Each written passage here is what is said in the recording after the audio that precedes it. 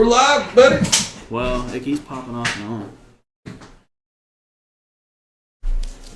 Are you going to say, when it comes to Bill Roach's question, are you going to say good day? Good day. Good day? Good day, mate.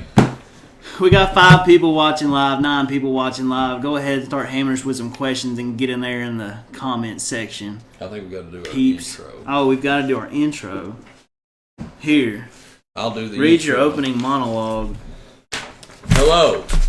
Welcome to Thoroughbred Diesel Q&A. Ask us your questions. Ask us your diesel-related questions. No, we haven't been on Q&A in a while. Guys, wanted to just apologize to you for that. Adam hasn't been with us. Adam is our technology manager. Adam had a baby, so congratulations to Kudos to him. Adam and Catlin, who had their young son, Emmett, who arrived in February here. Yeah, right? last week. Last week? Week before last. Week before. Week before last. What's up to Dennis Perry? So yeah, Adam's been gone. Adam just had a youngin', so here we are. Congratulations to them. All right, March is almost here. We are right there, boys. We are right there, close to the time change and everything. That means March Madness is coming. Cats are looking good right now. We really needed the win at LSU. We really needed the LSU win before we beat Tennessee. But hey, for you Tennessee guys, Don Pence, I think you're always in here. We got you on that one, and away we go. So who we got this week, Jimmy? Who's on this the week? slate? We've got Or Auburn. Saturday. We've got Auburn. Saturday we got Auburn. Straight up. At Auburn? No, Auburn here. Because we played at Auburn earlier. Oh, we went down to Bruce Pearl's territory. So for all you Bruce Pearl fans, Yeah. we're gonna be getting you here in Lexington. So yeah, there you go. All right, man. I'm gonna let Jimmy close to the screen. I can't see that far away, so I'm gonna let Jimmy read the questions off. And here we go. Here we go. All right. So, what fluid for Anthony Lewicki? What fluid for built Allison Trans on LBZ?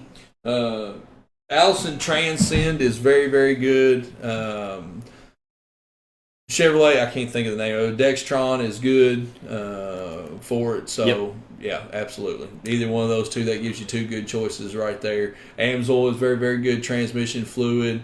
Our Royal Purple automatic transmission fluid is very, very good. We've got Suncoast private label transmission fluid. I think it's actually on the website. Yep, that's another really, really good one. We've had really, really good luck out of Suncoast. All right, Roger Kramer. I have an 09 Dodge Cummins, and I'm looking to do a hood stack. Is there a kit? There is a kit. Do we have the kit on the website? The kit is not on the website, but it's from Grand Rock. We can totally get it. We can get it. Roger, if you want to holler in here at us, 866-737-4966. We can totally get you lined out on that. Old guy back here, dang, I did not mean to do that. Wade back here did a freaking killer video on a hood stack cover as well, if you want to check that out to maybe get with your hood stack too. Sorry, I called you old there. There is Travis Cooper. Travis Cooper is on the show today. Hey, what's going on, Travis? Haven't seen you in forever.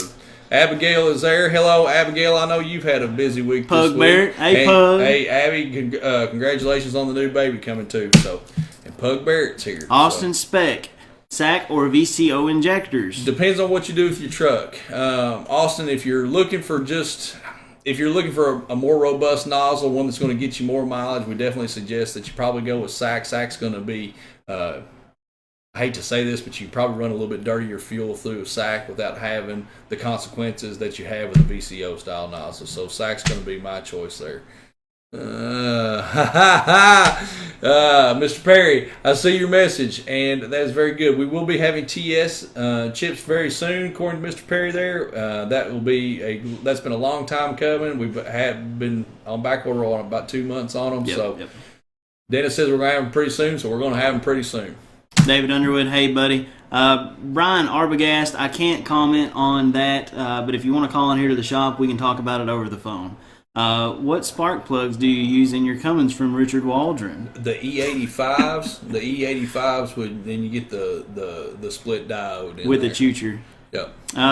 Gene Fugit, thoughts on the coolant bypass plug at the back of the engine, 11 Duramax. Coolant bypass plug at the back of the engine, 11 Duramax. Oh, that's on the plate. I don't think that's going to hurt anything, to be honest with you, going away from it. That's just kind of like, so on, not the same platforms, but you've got the coolant continuation plate that a lot of the guys are going with on the Fords, on the 6.7 Power Strokes.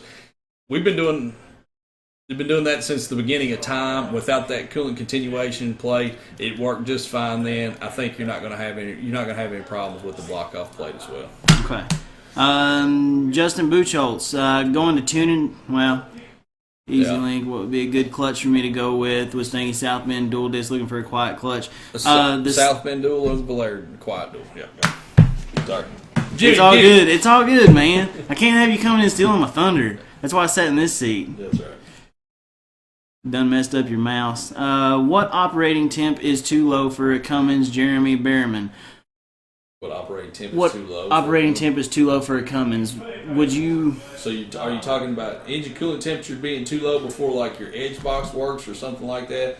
120 degrees would probably be the best temperature to set. If you're setting your low temp alarm, set it for 120 degrees. 120 degrees, you should be able to fuel just fine after that. Let's see here. Chance Edmonds. I have a 1997 Ford F-250 Power Stroke, and I'm wanting to find a way to save a little more fuel. How do I do that? Chance, do you have anything done to your truck whatsoever, or is it just a bone stock truck the way that it sits right now? The big thing, 3, is exhaust intake and chip. Yep. Starting out big there, just like what he said, to get any more fuel out of it, programmer, intake, exhaust, and that'll be getting you there as far as picking a little bit up. Travis Cooper says, "What's up, boys?" What's up, Mr. Cooper? Hey, buddy. Brian Arbogast. Well, like I said, I don't know. On the earlier question there, you had to call into the shop and we can talk about that. Is the 6.4 Power Stroke a piece of shit? It absolutely is. It absolutely is. Valve train on that piece of junk is absolute disaster. Everything in the turbo configurations is bullshit. It's a joke. Yeah. Anyways. Kenneth Martin, what if you just want to blank and not put Monstrous Tune, who has an actual stock tune for an 18 Cummins?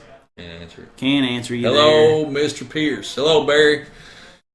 Let's see here. Griffin Fiesenmeyer, how do you know if you have a HO motor on the 0102 model 24 valve Cummins? Thank you. If it's a 6-speed. God damn, are you gonna freaking... Hey man, take the This rest is of the show. not how it was supposed to go. This is not I totally would have sat back there if I knew what you were I'm gonna do. My Ford manual. Okay, so S364 and a half, good for a single mild built 12 valve. How much fuel do you have, and what exactly are you using the truck for? Joe Shively. Jimmy Alford, what could cause an 06 Mega Cab 3500 transmission to burst into flames? Never lost power, just trans temp light came on, pulled over and fire. Yeah. Total loss, family and dogs escape unharmed. Happened Monday, I-65 North Alabama. Wanted to get another one, just want to know what to look for so it doesn't happen again. That's awesome. Go. So what happened there, train's overheated for whatever reason that it did. So what you're going to get with the overheat, you're going to get the expansion of the fluid. It starts to puke fluid at that point. You got boiling hot fluid. It starts to puke it. Flash point goes up, fire on the fluid, and away we go. Never seen that before. Yep. Caleb Brown, if my fuel filter has been blanked in the front and I run a lift pump, can the fuel filter head in the front leak? Only seems to leak in the morning after not being started. Caleb, I think you drive is it a Duramax? I'm not real sure there. I guess it has to be since it's been deleted off the truck. But leaks only when cold, but not after being started. I guess that could be problems to do with the O-rings in the top, and the filter head and the element. Yeah. Yeah. So once they're cold, yeah, you totally missed that one. Once it's cold and they not extract, they expand, and that's why it leaks. And then once it gets hot, they blow back out, and you don't have that problem. Trevor Trent, best aftermarket injectors for an 0273. Swamps is what we carry. As far as anything bigger aftermarket goes, I would recommend to take a look at them. Dylan Creedon, do you know anybody who does custom tuning for the Quadzilla on a 9924 valve? Not the best at tuning it myself. You can download off of Quadzilla's website. You can actually download maps on how to set them up. They're not exactly tunes per se, as they are just maps on how to set your fueling and your timing up. So I guess they are tunes, but yeah, however you want to look at it. Yeah. Okay. Seth Romer, '05 Dodge, new OEM injectors, fast pump, hard start with white smoke, new grid heater, relays, also replaced rail relief valve. Any thoughts? Seth, what was the reason for changing out your injectors in the first place? Also, I mean, if it's still causing you a hard start with a little bit of smoke, I mean, you might run back through your job and check your feed tubes. But I'd kind of like to know what the reason was you changed your injectors in the first place. Retorque your feed tubes, and do you know what the cylinders and status are? Is if you had unfortunately on the 03 to 07 59s, if you had a big time injector failure, you could have washed the cylinder wall. You really wouldn't have known that, and that could be exactly what you've got now. You got white smoke because of incomplete combustion. Now I want to go back to the guy right here. Roger Kramer says South Bend dual disc clutch is not quite. Roger, he's right on that in the fact that it just depends on what South Bend that you got. The street dual disc from South Bend is a very, very quiet clutch, but it is a dual disc clutch nonetheless. So you are going to have some chatter, some gear rollover noise that comes from the truck. So don't discount that as the clutch that's what's being loud. It's actually resonating a lot of the gear rollover from the transmission and stuff too. So yes, a dual disc clutch can be a very, very loud thing, but it depends on what you go with. Your dual disc, your quiet dual disc, your street dual disc, they are dampened on the disc as well as having the Kevlar buttons on the separator plate. That's going to do a whole lot for quietening down the clutch disc. I got one in my truck, and it's quiet. So, yeah. And I've got a competition in South Bend dual disc in my Dodge, and it's loud. So There you are. Let's see here. Dan Valance, hey buddy. Hello, Dan. Philip Howard, hey buddy. Hello, Alex. Ayers, hey buddy. Jesse Mendez, hey guys, great stuff. Mo 6 Cummins Common Rail started making a strange lifter type sound. Sounds like a gasser with worn lifters. Any idea? Only does it under load. Any info appreciated. Thanks, you guys. That's exactly what we're talking about right there. Go. Right there. That's probably not lifter issues that you're hearing there. That's probably a fuel knock coming from the injectors. One thing that I could tell you to do if you have a I don't know, like an Edge or any kind of scanner you could put on the truck, read your actual versus desired rail pressure. See if that's off any at all. It might just be to a point your injectors are getting a little weak. Do you have a lift pump on the truck at all? Is there a tune on the truck? There's a lot of things that ties into that, but more than likely that's a fuel knock. Yeah, injector failure. That's the worst ones because that's the leaks that you get that are going to cost you a cylinder wall. So please be aware of that. Stop the truck now. You can run your overhead if you want to. Run the overhead on the truck. I'm sure the overhead is probably not out, but you want to attack that as an injector. James Heinrich, 97 F350 7.3, slight shake, slight rough idle, but runs fine while driving down the road and bogs down when turning or braking. Hydro boost? Yeah, but why? I'm looking at.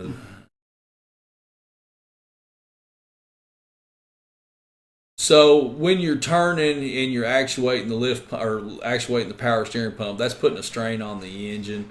Sounds like something is going on right there that's already taken away from the motor. So it could be a lift pump issue. You could have a high pressure oil pump issue.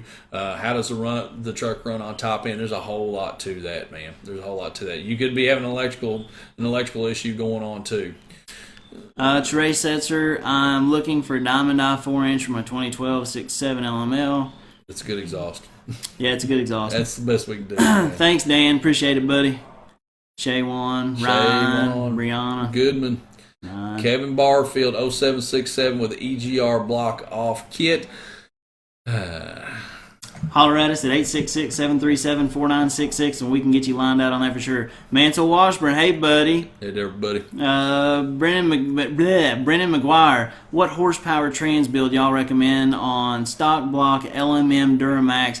Planning on doing drop-in turbo soon. I mean, you're going to want to set it up for 750. Yeah, might as well just go ahead and do that. And as far as the build kit, trans build, I don't know if you're looking at doing the build yourself or having a trans done. But that's another thing. Give us a shout on. We can totally help you out there for sure. If I read them, I'll answer them. You read them, you answer. Okay, cool. How about that? What about that? I got Joe. Joe Evans, I installed a DS780 on my 17-stroke, and the brake lines won't settle in the brackets. How do you make the brake line give the E-brake is stuck and won't release? The DS780, that's the FE fuel pump. Yeah, the FE lift pump. I saw it almost 17 stroke, and the brake lines won't settle in the bracket. How do you make the brake lines give? The e-brake is stuck and won't release. Joe, I don't know how that happened on the e-brake. As far as your brake lines go, if you had to bend the brake lines to be able to get something where it needed to be, it's almost going to be impossible to get them back straightened out to cover up the distance there. Yeah. I wish I could see it, man, and I'd be glad to help you. I don't know what you're up against there. Shoot us some pictures. Yep. Blair Gauthrier, 1996 Ford Power Stroke E4OD has a weird shift from third to overdrive. It jumps about 250 RPM, then the converter locks, and it's good to go. Has replaced the solenoid pack and done a filter and fluid change. Any ideas? Thanks. I'm not real versed on E4ODs. It could be something. It could be converter related, but I hate to think that.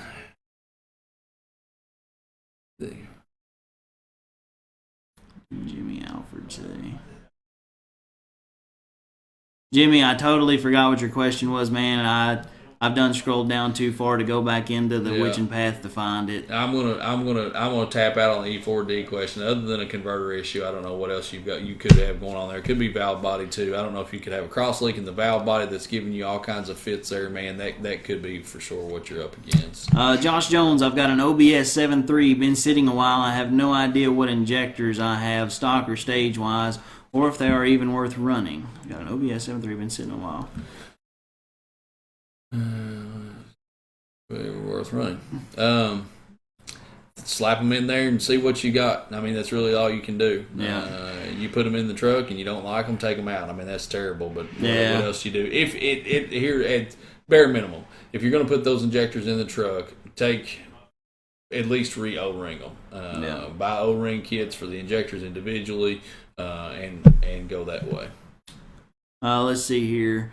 Ryan Macero, do you have any good power mile per gallon tunes for a Smarty SSR on a 0759 exhaust and intake mods? We don't have any custom tuning that we actually do for an SSR on the 0759s. We can do... SSR's got a map too. Inside of the SSR kit, it's got a map on how to set it up that gets you just about to it gets you to exactly what Revo TNT is, which would have been the Revo TNT from the SO6 Smarty. I know that really doesn't help you at that stage of the game, but that's it. So if you bought your SSR used and that map didn't come with it, get a hold of us. I'll be glad to get you that map. 10-4. 03 Ram, the 63 millimeter turbo goes. Wastegate didn't. Okay. Jimmy Alford, looking at a couple, waiting on insurance. That was the transmission guy. Okay, all right. 05 LLY keeps flagging FPR code even after installing a new one. Has AirDog on 165 on it too.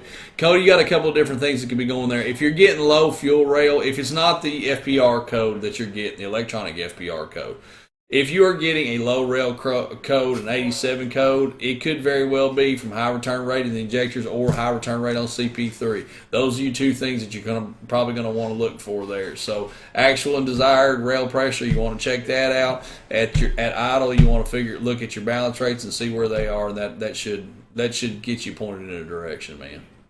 Justin Whitener, what's the best truck? 2009 Dodge 6.7 with 160,000 miles or 2006 F350 6.0 single wheel truck with 160,000 miles, bulletproof? I'm always going to say Dodge because I'm a Dodge guy, even though it's probably the wrong answer there. A 2006 F350 6.0 that's been bulletproofed, I mean, really is not a bad truck. I really don't foresee you going wrong either way there. I agree with that. Really, I mean, either way, you'll be all right. Yeah. Kale Camrazol, sorry if I said that wrong. Need to replace injectors on an 0560. Recommendation on injectors. Truck is studded and has an S366 turbo. Truck mainly pulls about 16,000 pounds. What's your target horsepower there, Kale? That's going to be the deciding factor of what your target horsepower is. You want to try to stay with something light, a street injector. I've said it before on here. I'm not always the best versed as far as 6.0 injector sizings. I can't rattle it off to you. I always forget between what the stock is. But I wouldn't do any more than, if you're going to do stock bodies on it or like a hybrid body on the thing, I probably wouldn't do any more than 30% over nozzle. 30% over nozzle is going to get you the best smoke control that you can get out of the truck without overwhelming your high pressure oil pump. Ethan Halbert, 6'7" Cummins. I have a rubber hose on my block breather. Was doing some maintenance over the weekend and Bennett backed behind the firewall, accidentally drove the truck and created so much block pressure that the truck started white smoking. Straightening it out, all seems good. Is there anything I should be watching for? Rubber hose on my block. The truck created so much block pressure that the truck started white smoking. Straighten it out at all times seems good. I don't know anything in particular that you'll be watching for there, Ethan. If you still have got all of your any of your other PCV stuff hooked up, you would have had, the turbo would have ingested a ton of oil at that time through the PCV. Just want to make sure that you didn't get any contaminants inside of the turbo, bend up any fins, choke it down with oil, so on and so forth. Yeah, that's a bad deal. Adam Weisbrod, 03 Ram, the Cheetah 63mm turbo goes falling on its face. White plume of smoke just idles. Adam, how long has this turbo been on the truck? And when the turbo goes, is that after you? I mean, are you driving it and it's doing that? Are you power braking and it's doing that? Like, give me the full story on this situation. Oh shoot! Give us a call and do. Give us a call, man. We can get it lined out. That is a whining dog that you hear there, the shop dog. Seth Romer, replaced injectors before they went out. Only white smokes at start, none after. I can't remember what that Seth, was. I'm sorry. I'm sorry. Just give us a call, man. Mr. Hill, 7.3 liter 97 F350 has power surge on acceleration. Just replaced mechanical fuel pump mostly in third, then clears up. 7.3 liter Ford F350 has power surge on acceleration. Replace mechanical fuel pump mostly, third clears up. We need to know what your oil rail pressure is, what your desired oil pressure is. You could have an IPR that's starting to give you fits. I don't know that, honestly. That's kind of a reach on that. I really need to see what the oil pressure is on the truck. That's really where you need to be. And then figure out how your IPR is responding to that. If your IPR percentages are fluctuating greatly while you're running through your power regimen, that's usually a good sign of an oil leak somewhere. Could be at the injectors, could be high pressure oil pump that's not delivering where it needs to be, so the ECM's trying to compensate for that via the IPR. A couple of different things that could be going on there, man. Give us a call. I'll try to help you out with it. Brody Campbell, who can install a Suncoast trans in my LMM? Brody, where are you located at? Yeah. Charles Onro, 2000 F250, shuts off when it gets hot. Any advice? Is the truck throwing any codes on you? All right, Kevin Barfield. Thanks, guys. We'll do. No, that doesn't count. Go ahead. I'll get another one. That was so dumb. Matthew Ryan Mohan. Plan on looking at some second-gen Cummins for a daily. Anything I should look for or any recommendations? Matt, before you get a second-gen Cummins, you're going to have to realize that the front end of it is going to be absolutely destroyed. It doesn't matter if the damn thing's only got 100 miles on it. The front end of it's going to be a big piece of dog shit. So, that being said, I can say that because I own two of the bastards. Now, first thing that you're going to want to do is you're going to want to look for a service engine soon light on in the truck. A lot of people don't talk about this. Everybody will tell you, you need to check your lift pump pressure, You want to look for a service engine soon light on the truck. If it's got a service engine soon light on in the truck, the way the ECMs are laid out on that truck, for it to trip a hard light inside of the cab, something's definitely going to be wrong. Something is definitely going to be wrong. So, that being said, if the truck has already got a bad injection pump, if the lift pump pressure is low, wide open throttle, any less than 4 PSI is a bad lift pump. Those two things right there, everybody's scared to death of VP44s. VP44s, in my opinion, are affordable. They've come a long way from what they used to be. Our 2-year pump is an amazing pump. You can put one of those on the truck, do it for less than $1,500, for less than $1,200 for that matter, Yep. and you're up and going. So don't be scared of the truck. If the truck's rough, even with high mileage, I've got one with 300,000 on the ticker, still runs like a top. Good compression on the motor. And as always, you want to make sure when you take the truck, take it out, get it warm, pull the cap off of it, and check blow by. Always check blow by. Look for 53 block. 53 block's not even that big of a deal anymore. So, These blocks can be stitched, man. These blocks ain't little.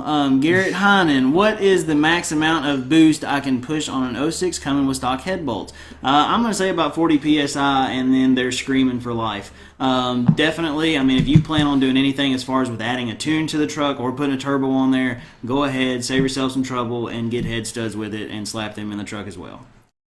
0659 throws a manifold air pressure sensor alarm when I pass a car. Is this normal? Cooper, if it is throwing an overboost code, if the truck has got a stock charger on it, that's going to be a little bit concerning. Depending on where you're running fuel-wise and what charger's on the truck, there's a couple different layers to that. I would go ahead and disconnect the edge, try it on 0, or disconnect the edge completely, see if you still get the code. If you are still getting the code after that's been disconnected, then you've got a mechanical or an electrical thing going on. You're going to have to chase it as such. So chase the map sensor code, chase the trouble tree, see where it leads you. You might want to look at replacing the sensor in it. But if you've got an aftermarket charger on it, it could be a valid code. So.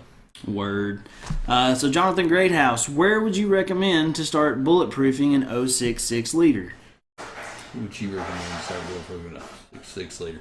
Can we answer that? So bulletproofing is not only is it a brand, but it's become synonymous with what you do to the truck. But here's what I can tell you to do. Upgrade your EGR cooler, 100% certainty. Upgrade your EGR cooler, regardless of how you're going to do it. Upgrade it in some way, form, or fashion. Make sure that the engine oil cooler is good and working well, that your oil and coolant temperatures, the delta is no more than, I think it's 15 degrees. 15, Make sure it's not too high. If it's too high, you're going to need to changing out your oil cooler. Always use coolant filtration with these trucks. Coolant filtration is key to being able to keep the coolant clean that's going through the oil cooler, to make sure that you don't have the oil cooler plug up the tiny passages. I'm more of a fan of taking care of the oil cooling system really than anything else on the truck, obviously, and upgrading the EGR system. So those are the two things I'm looking for right there. Head stud it. If you want to just do that as preventative maintenance, pull the heads off of it, have the heads decked and checked. A lot of people don't do that. They just throw studs in it, put a new gasket on it, go on. You got to have the heads trued up, put studs in it, and go on down the road. Adam is going to do the again. 03 Ram, Cheetah 63mm turbo. When you get on the pedal, the turbo goes falling on its face, white plume of smoke, engine just idles, you have to pull over. Fast 95 gallon per hour pusher pump installed, 60 horse injectors, edge programmer, not enough fuel delivery when demanded by stepping on the pedal. Upgrade to say 165 gallon per hour pusher pump.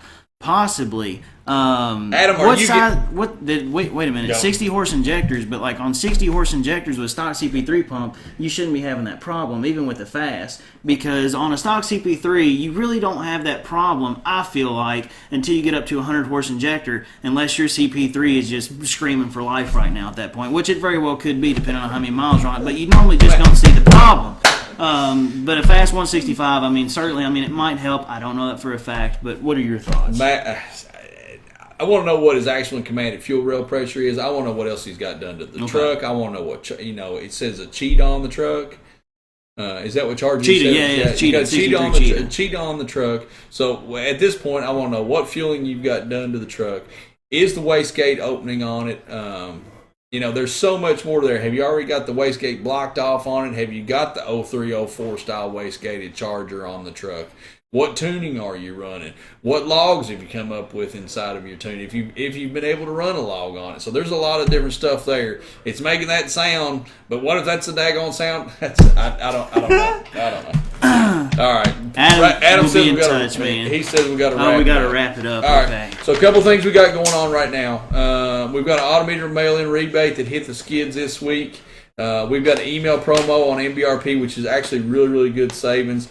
6.0 Garrett turbos are still on sale right now. They need to come up. They need to come up for sure. We're not making any damn money on them. I'm going to answer this question from Bill Roach. I'm going to answer it in my best Australian accent. It says, "Good day from Australia." That's Great all I got. accent. Yeah, great job. And sorry I missed live Q&A. I thought I'd ask a question here anyway. Wade, you mentioned the Allison Trans Pan at the beginning, and I have a burning question about my Mac High-Tech Trans cover. It was already on a 2012 LML truck when I bought it a few years ago. Whilst the Trans Pan is a great bit of a kit, I'm concerned about the size of the Allen head hole they provided in their sump plugs. They have a full-size sump plug, and then they have a ridiculously small Allen head hole. I'm concerned that if I get a bit over-enthusiastic when doing it up, etc., that the internal hex will round out and the plug will be impossible to get out. It looks like they do the same thing on their diff housing, too. Any reports of these plugs being a problem? No, Bill, they're not. It is MPT thread, so it's an 1/8 inch MPT thread and a 1/4 inch MPT thread. Both of them they're just MPT, so you tighten MPT up until it's tight. Don't take it any farther. Don't try to run it in flush with the pan or any kind of stuff like that. Tighten it up snug, use tape on it, and you're going to be just fine. I don't think you'll have any problem with the plugs at all. Yeah. That's it, homies. Thank you guys for watching. We really enjoyed it. We're trying to do a couple of guys in here at the same time instead of just me on the screen, so y'all don't have to look at my ugly face all the time. So thank you all for watching. We'll be back on here next week. If you need anything, please give us a call, like, and subscribe to our YouTube channel. That's where you can find all the good stuff. Anything else? Arrivederci. Arrivederci.